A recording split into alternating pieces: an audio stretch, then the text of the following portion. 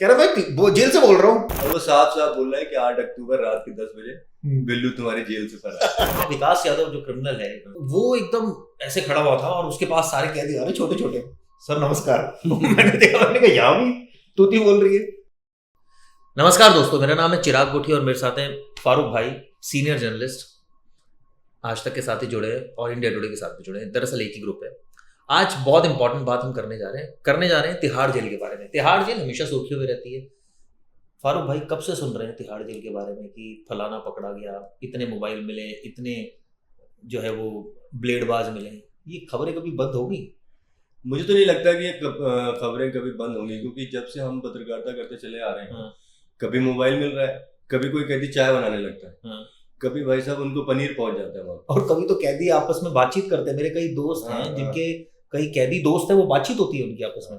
और ये कोई छोटा, अच्छे जैसे ये फोन मिलने का मामला है, ये कोई छोटा मामला नहीं है। उनके पास कोई छोटा मोटा फोन नहीं होता, वो स्मार्टफोन रखते हैं, उससे वो रिकॉर्ड करते हैं, रिकॉर्ड करने के बाद वो पूरा गैंग चलाते हैं भाई। हाँ, पूरा गैंग चल रहा है। तो ये क्यों, मतलब ये तिहाड़ जेल वालों को पता नहीं है या पता होता है या सब अंडर द टेबल? सब माया का खेल है भाई साहब। अच्छा। क्योंकि पुलिस अगर चाह जाए तो परिंदा भी पर नहीं मार सकता है। तो जेल प्रशासन, वो भी तिहाड़ जेल का जेल प्रशासन, जो पूरे एशिया में सबसे सख्त माना जाता है। एक और मजेदार बात बताऊं, बताइए। इंडिया टुडे ने एक सर्वे कराया है। एक आरटीए, मतलब उन्होंने बेसिकली फाइल की, एक रिपोर्टर है हमारे, उन्होंने पूछा तिहाड़ जेल से कि भाई ये जो जैमर लगे इनका क्या रेट कितना है, कौन सी कंपनी के जैमर है, कितना इफेक्टिव है, 4G सिग्नल पकड़ते हैं नहीं पकड़ते। तिहाड़ ने 3 जो क्वेश्चन थे उनका आंसर दे दिया सिक्योरिटी रीजन साइड करके, जी हमें इस पर नहीं बोल सकते। इसमें बड़ा मजाक वाली बात है तिहाड़ जेल प्रशासन ने करी कि जो 4 सवाल इंडिया टुडे ग्रुप ने पूछा, उसमें उन्होंने 3 सवालों के जवाब नहीं दिए। चौथा सवाल ये था कि भाई कितने पैसों में ये जैमर लगे, तो उन्होंने कहा भाई 7 करोड़ में लगे। और बाकी सवालों के जवाब इसलिए नहीं दिए क्योंकि वो जेल की सुरक्षा का मामला है। ये सुरक्षा, हाँ, मतलब वो जो कैदी अंदर कर रहे हैं वो कुछ भी कर सकते हैं, वो सुरक्षा से खिलवाड़ नहीं है। लेकिन खिलवाड़ आता है जब कोई पत्रकार उनसे ये पूछ लेता है कि भाई जैमर काम कर भी रहे हैं कि नहीं कर रहे, 4G 5G सिग्नल पकड़ रहे हैं कि नहीं पकड़ रहे हैं, तो वो उसके जवाब नहीं देंगे, उससे सुरक्षा खतरे में आ रही है। तो ये चल, हमने कई चीजें देखी हैदर भाई की सुरंग बना के कैदी भाग गए। मतलब पता नहीं तिहाड़ जेल में, मैं इसलिए तिहाड़ जेल की दोस्तों बात कर रहा हूँ क्योंकि तिहाड़ जेल हमेशा से कंट्रोवर्सी में रही है और बड़े बड़े क्रिमिनल्स यहाँ रहते हैं, मतलब उनका रहना ही होता है तो पूरा, चाहे वो छोटा राजन हो, सारे हो। अच्छा, सबसे बड़ी बात मैं आपको बताता हूँ, मैं आपको टोक रहा हूँ, माफ कीजिएगा, कि हम लोगों ने जेल के ऊपर बनी कई फिल्में देखी, तो वो जो सीन होते हैं जेल की फिल्मों में, तो उससे एक घबराहट पैदा होती है कि अगर कोई खुदा न खास्ता जेल चला गया तो कितनी मुश्किलों से उसको सामना करना पड़ेगा, कैसे वो जिएगा, एक एक पल कैसे उसका गुजरेगा। लेकिन उसके उल्टी तरफ ऐसे वीडियो आते हैं कैदियों के। नहीं, इसका मतलब ये नहीं है कि जेल जाना ठीक है, ये आप ये गलत गाइड मत करो। इसका मतलब ये कह रहा हूं कि आप जेल जाओ, मजे लो। नहीं कह रहा हूं, जेल बनाई गई है उनको सुधारने के लिए, वो वहां तो एंजॉय कर रहे हैं, मतलब पूरी लाइफ। नहीं, एक्चुअली हैदर भाई मुझे लग रहा है ज्यादा प्रोफेशनल भी होते हैं, उनके लिए जेल मतलब घर है, उनके लिए कोई फर्क नहीं पड़ता। हम जैसे कोई नया चला जाए तो रोते रोते आधे टाइम तो पागल हो जाए। अरे भाई साहब, मैं आपको बताऊं, मैंने लास्ट ईयर एक रायबरेली जेल की स्टोरी करी थी। वहां पे उनकी एक टेबल लगी हुई थी, उस पे शराब सजी हुई थी, जेल के अंदर चखना रखा हुआ था, नोटों की गड्डियां रखी हुई थी, और वो कैदी फोन पे किसी को धमका रहा था। तो करेगी, हाँ, वो धमका रहा है। उसके बाद ये तय हो रहा है कि रात का मेन्यू क्या है, डिनर का, डिनर में हम लोग क्या क्या लेंगे। बोला नहीं मटन मंगा लेते हैं। मटन नहीं खाऊंगा, चिकन खाएंगे आज। तो ये मतलब ये रियल में हुआ था? ये रायबरेली जेल की बात है, मैंने खुद स्टोरी करी। बताओ। तो ये तो चल रहा है। नहीं, दिल्ली में तिहाड़ जेल में भी हुआ, एक चिकन पार्टी हुई पूरी प्रॉपर, वो सस्पेंड हुआ उसमें बाद में। तो दोस्तों ये कहानी है जेलों की, और ये हम एक्चुअली, हमें हंसी इसलिए आ रही क्योंकि ये हम इतने समय से सुनते आ रहे हैं सारी चीजें और देखते आ रहे हैं कि अब लगता है कि कुछ सुधार, ऐसा नहीं सुधार नहीं, सुधार भी हुआ है, सख्ती भी होती है। हम बिल्कुल एकदम नेगेटिव नहीं बोल रहे। सख्ती होती है, जो आम कैदी होते हैं उनके लिए प्रॉपर सख्ती होती है। उनको खाने को मिलेगा ना पीने को मिलेगा, लेकिन जो VIP कैदी है वो फुल एंजॉय कर रहे हैं। कम से कम हमारी जो सरकारें हैं, केंद्र सरकार, जो राज्य सरकारें हैं, उनको इस बात पर ध्यान देना चाहिए कि या तो कैदी बनाया है आपने तो उनको सुधारने के लिए बनाया है। वो तो मुझे याद आ रहा है किस्सा, अभी पीछे एक केस में सहारा के जो ऑनर है वो गए थे जेल में, और उनको सुप्रीम कोर्ट कहती है आप जेल से बाहर निकलिए, पैसा दीजिए। वो जेल से बाहर ही निकलने को तैयार नहीं है कि नहीं जी बाहर जाऊंगा तो पैसा देना पड़ेगा, यही ठीक। काफी समय रहे बाहर, तो सारे उनके लोन वाले खड़े हुए हैं कि भैया तुम आओ पैसे दो। भाई ठीक है। तो ऐसा नहीं है कि जेल में, ये आपने सही कहा कि जो प्रोफेशनल क्रिमिनल्स हैं उनके लिए तो बड़ा मजेदार एक तरह से जगह है, कोई दिक्कत नहीं है, वो कहते हैं। और मैंने कई केसेस ऐसे कवर किए हैं हैदर भाई, जिसमें अब उनको शॉक हो गया कि ठीक है यार जेल ही तो जाएंगे, पैसा तो आएगा। एक टाइम पर मतलब उन्होंने करी, ग्रैबिंग करी, कुछ करा, एट द एंड ठीक है तिहाड़ी तो जाएंगे। अरे कई कैदियों को मैंने सुना कि जेल आना जाना तो मेरा रोज का काम है। बताओ। और अभी आपने एक वीडियो भी देखा होगा, वो यूट्यूब पे बहुत वायरल है, बिल्लू सांडा का। हाँ बिल्लू सांडा अपने सामने पुलिस वाले हैं, उसको सबको घेरे हुए हैं पुलिस वाले उसको, और वो साफ साफ बोल रहा है कि 8 अक्टूबर रात के 10 बजे बिल्लू तुम्हारी जेल से फरार। कई बार फरार हो भी चुका है, कई बार पकड़ा, मतलब पूरा कॉन्फिडेंस से कहता है होमवर्क हो जाता है। तो ऐसा कैसे चल रहा है? अगर क्या जेल प्रशासन चाहे तो ये कर सकते हैं? तिहाड़ जेल में दोस्तों 16,000 के आसपास कैदी, और स्टाफ भी ठीक ठाक है।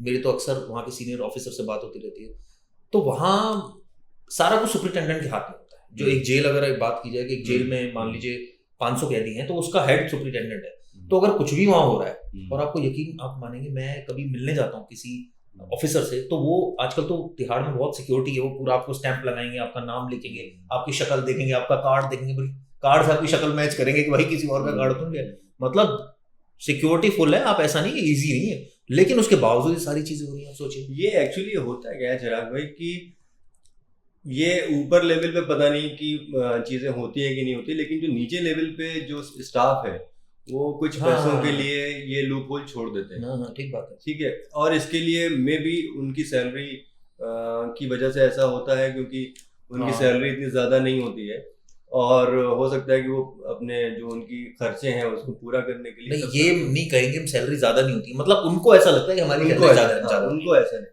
क्योंकि ये तो सरकारी है भाई, आदेश है, वो लेकिन अपनी मर्जी से कोई ईमानदारी अगर आप नहीं कर रहे हैं, और खासकर ऐसे प्रोफेशन में कि आप जेल स्टाफ हैं, और आपके लापरवाही से अगर कोई खूंखार कैदी बाहर निकल जाता है, तो वो सैकड़ों हजारों लोगों के लिए खतरा बन सकता है। आपको एक बात बताऊं, ये तो चलो हो गया, बाहर निकल गया, अक्सर मैंने देखा है, और ये बहुत नॉर्मल टैक्स है किसी भी जेल में, कि कैदी आराम से फोन पर बात करता है। हाँ, ये तो एक मेरा दोस्त है, केबल ऑपरेटर है, उसको उसने कैदी ने फोन किया, उसका बेटा उसके पास आया कि वो कि मेरा अंकल केबल नहीं चल रहा, उसने कहा बेटे मैं करता हूँ ठीक, वो 1-2 बार मिस हो गया, नहीं जा पाया, तो उसके बाप ने अंदर से फोन किया, कैसे हो भाई? उसने कहा भाई तो ठीक, कह रहा मैं वो जेल से बोल रहा हूँ। उसने कहा सर आपका फोन कह रहा है, सब हो जाता है। मतलब ये हालात हैं जेल के, आप सोचिए। हालांकि ये सिस्टम सुधरना चाहिए दोस्तों, और इसी वजह से हम दोनों यहाँ बैठे हैं, डिस्कस कर रहे हैं, थोड़ा हल्के मोड में और लाइट मोड में, क्योंकि आप भी खबरें, हम भी सुन के थक देखिए सीरियस हो के बहुत बारी हम कुछ हासिल तो एक घंटा चर्चा करते हैं, लेकिन मुझे ऐसा लगता है कि सरकार को हमारे शायद जो व्यंग्स हैं उनसे शायद ये थोड़ा सा वो हो कि हाँ जेल का कुछ हालात सुधारें, बस ये कोशिश, मतलब कोशिश तो यही है, लेकिन एक हमारी इच्छा भी थी ये शो करने की, कि हम थोड़ा सा कि हम इस तरह का शो करें ताकि दर्शकों को पसंद आए और काम की बात निकल कर आए। ये नहीं कि ऐसी फालतू की बातें करके हम चले जाएं, एक सीरियस प्रॉब्लम को हम लेकर आए, और वो हमने कोशिश की। और मेरे लिए तो ये शो बहुत इम्पोर्टेंट है, क्योंकि मैं बहुत दिन से चिराग भाई के साथ काम करना चाह रहा था, और हम तो डिस्कस कर रहे थे लगातार, ये तो बड़ी मुश्किल से शूट भी अभी बड़ी मुश्किल से हुआ है, इनको पकड़ के मैं लाया हूँ, पकड़ के आ नहीं रहे थे, इनके पास टाइम थोड़ा कम ही होता है, या ये बिजी ज्यादा रहते हैं। प्लानिंग हमारी बहुत दिनों से है, लेकिन शुरुआत नहीं हो पा रही थी, और आज इत्तेफाक से जो है वो चिराग भाई ने वक्त दिया, और शुरुआत तो वक्त तो आपने भी दिया, ऐसा नहीं है। तो दोस्तों इस तरह से हम और वीडियोस आपको दिखाएंगे, मोटिव रहेगा व्यंग और सीरियस प्रॉब्लम को लेकर आएगा। लेकिन अभी मैं समझता हूँ कि अपने शो को कंप्लीट करने से पहले हमें कुछ सजेशन भी देने चाहिए। चलो देते हैं, क्योंकि जेल ऐसी जगह है जहाँ पे चोर भी जाते हैं और आतंकवादी भी जाते हैं। बिल्कुल सही, ठीक है। आप हमें ऐसा लगता है कि उनके जुर्म के हिसाब से उनका सेगमेंट अलग अलग होना चाहिए। अगर कोई आतंकवादी है और वो भी आम कैदियों के साथ रह रहा है तो वो नहीं, वो तो अलग ही रहता है। हाँ, अलग रहता है, लेकिन उस तरह से उनको ट्रीट भी करना चाहिए। हाँ, उनका ट्रीटमेंट वैसा होना चाहिए। अब मैं देखता हूँ कि जो बड़े आपको याद है सुशील मामले में उसने टीवी की डिमांड की, उसको टीवी मिल गया। और मैं तिहाड़ जेल पूरा प्रॉपर कवर करके आया, शूट करके आया, वहां तो आपको बोर होने का कोई स्कोप ही नहीं है, क्योंकि आपके वहाँ लाइब्रेरी है, आप वहाँ खाना बना सकते हैं, वहाँ आप एक अच्छे एटमॉस्फेयर में ये कहा जाए कि क्रिकेट खेल सकते हैं, कोई गेम खेल सकते हैं, आपको कोई ऐसा इशू नहीं। थोड़ा जल्दी उठना पड़ता है, आपको एक शेड्यूल है वहाँ का, क्योंकि एट द एंड पर्पस यही होता है हैदर भाई कि एक आदमी जो जिसने गुनाह किया है वो उस चीज को रियलाइज करे और सुधरे और समाज के लिए एक वैल्यूएबल एसेट के रूप में बाहर आए। सिर्फ एक मकसद ये होता है। लेकिन अब सवाल ये है कि हर एक कैदी पर इतना ध्यान क्या वाकई दिया जा सकता है? नहीं, बहुत से कैदी हैं जो बेचारे आम कैदी हैं, उनको दवा तक नहीं पहुंच पाती है। ये भी इतनी सख्ती उनके लिए हो जाती है। हाँ। लेकिन जो रसूख वाले हैं, जो डॉन हैं, जो गैंगस्टर हैं, मैंने तो एक पिक्चर में आपको बताता हूँ, दर्शकों को भी, मैं एक मैच, मुझे इनवाइट किया तिहाड़ जेल ने, मैं गया वहाँ देखने। तो वहाँ विकास यादव जो क्रिमिनल है केस में, जैसिका लाल में एक्यूज्ड है, तो वो एकदम ऐसे खड़ा हुआ था और उसके पास सारे कैदी आ रहे छोटे छोटे, सर नमस्कार। मैंने देखा, मैंने कहा यहाँ भी तूती बोल रही है। तो मतलब ये आप सोचिए, बिल्कुल आपने सही बात बोली। रसूख वाला जो है उसका, क्योंकि आधे जो क्रिमिनल होते हैं कहते हैं यार टीवी पर आता है, हमने देखा इसको टीवी पर, या हमने इसको ना इसके अखबार में खबर पढ़ी। तो वो एक जो दबाव होता है ना वो, और एक कैदी दूसरे कैदी को सारा ब्रीफ करता है, उसका लगा है, ये वो था, ये वो था। तो ये वहां अंदर भी रिस्पेक्ट चलती है कि अरे साहब है। नहीं तो ये कैदी अपने 4-5 रखते ही हैं, अपनी पब्लिसिटी कराने और छोटे छोटे काम भी कर रहे हैं। और जैसे मुख्तार अंसारी वाला मामला ही लीजिए, उन्होंने कहा कि मुझे जेल शिफ्ट कर दीजिए, यहाँ पे मुझे खतरा है। अब बताइए खतरा है, ठीक है, अब यह हो सकता है उनको वो फैसिलिटीज नहीं मिल रही होंगी, वही बात है। तो ये सारी चीजें हैं। मुझे ऐसा लगता है कि जेल प्रशासन को और खासकर सरकारों को ऐसे और नियम को कड़े करना चाहिए ताकि इस तरह की हरकतें दोबारा ना हो। कहने का मतलब ये भी है। प्लस जेल मतलब फिर जेल होनी चाहिए, ये नहीं कि उनको सुविधाएं मिल रही हैं। जब सुविधाएं मिल रही हैं तो फिर उसके लिए तो मुझे लगता है रियलाइजेशन का कोई स्कोप नहीं। वो कहता है ठीक है भाई मैंने कर दिया तो मैं ठीक है आज एक नई जिंदगी जी रहा हूँ। वरना थोड़ी लोग कह रहे होते कि मैं जेल तो आते जाते ना।